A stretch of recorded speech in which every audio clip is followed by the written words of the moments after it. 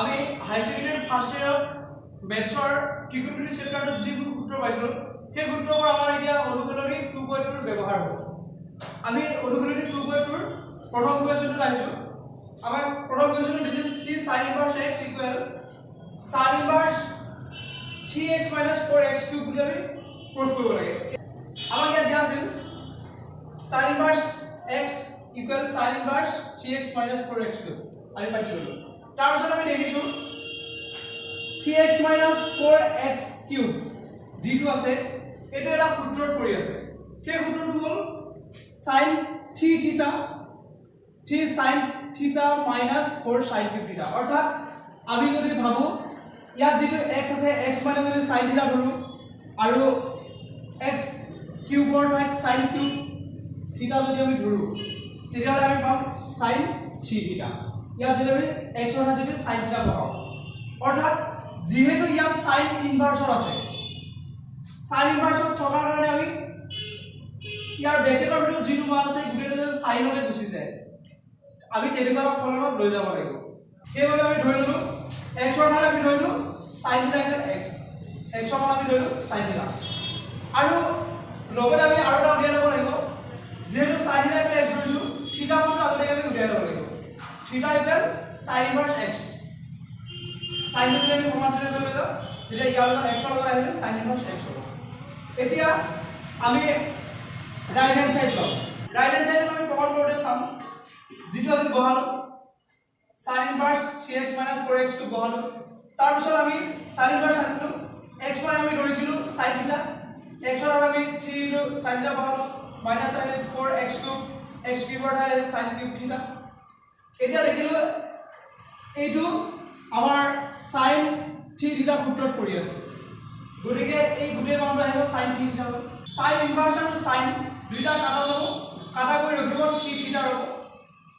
আমি theta মানে আকৌ উলিয়াইছিলো sin inverse x গতিকে 3 আহিল theta ৰ ঠাইত sin inverse theta theta ৰ ঠাইত বহিব sin inverse x অৰ্থাৎ আমি এই মানটো পালো লেফট হ্যান্ড সাইডৰ লেফট হ্যান্ড সাইডৰ যেটো মান আছে 3 sin inverse x আছিল আমি ইয়াত থিটা মান বহাই দিলে 3 sin inverse x পালো অৰ্থাৎ লেফট হ্যান্ড সাইড আৰু ৰাইট হ্যান্ড সাইড দুটা প্ৰয়োগ কৰিম এবাৰ আমি দ্বিতীয় প্ৰশ্নটো আহিছো দ্বিতীয় প্ৰশ্নটোত আমাক প্ৰথম প্ৰশ্নটোৰ দৰে একেই দিছে কেৱল ইয়াত cos আছে তাৰ আগত আছে sin এতিয়া আমি দেখিছো প্ৰশ্নটো ঠিক cos inverse x equal cos inverse 4x cube minus 3x আমি প্ৰশ্ন যি আছে আমি তাকে পাইছো ফাৰ্স্ট তাৰ পিছত আমি দেখিলো এতিয়া আমি দেখিলো ইয়াত cos inverse 4x cube minus 3x আছে যেটো 4x cube minus 3x আছে সেইটো আমি cos ৰ সূত্ৰ এটা পাইছিলো cos 3 theta equal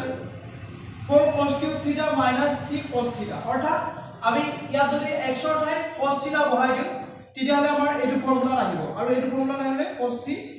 theta পাব এতিয়া আমি cos theta x ধৰিম x ৰ মানটো আমি ধৰি ললো cos theta তেতিয়া যদি আমি থিটা ৰাখিও cos টো কিফালে গলে cos inverse x হ'ব এতিয়া আমি রাইট হ্যান্ড সাইড লওঁ পাতিলো মানটো cos inverse আহিল 4 আহিল আমি x ৰ ঠাইত ধৰিছিলো cos theta গতিকে x কিউব আছে cos কিউব theta হ'ব মাইনাস আহিল 3 হ'ল x ৰ ঠাইত আমি cos theta বহালো অৰ্থাৎ আমি পাই গলো 4 cos cube theta minus 3 cos theta মানে আমি যেটো ফৰ্মুলা পাইছো cos 3 theta ইয়াৰ ঠাইত আমি cos theta বহাই দিলো cos inverse cos 3 theta হ'ল cos cos কাটা গ'ল আৰু 3 theta ৰ'ল theta মানে আমি পালো যে অলপ আগত theta equal cos inverse x গতিকে 3 আহিল cos ৰ theta ঠাইত আহিল cos inverse x 3 আহিল theta ঠাইত আহিল cos inverse x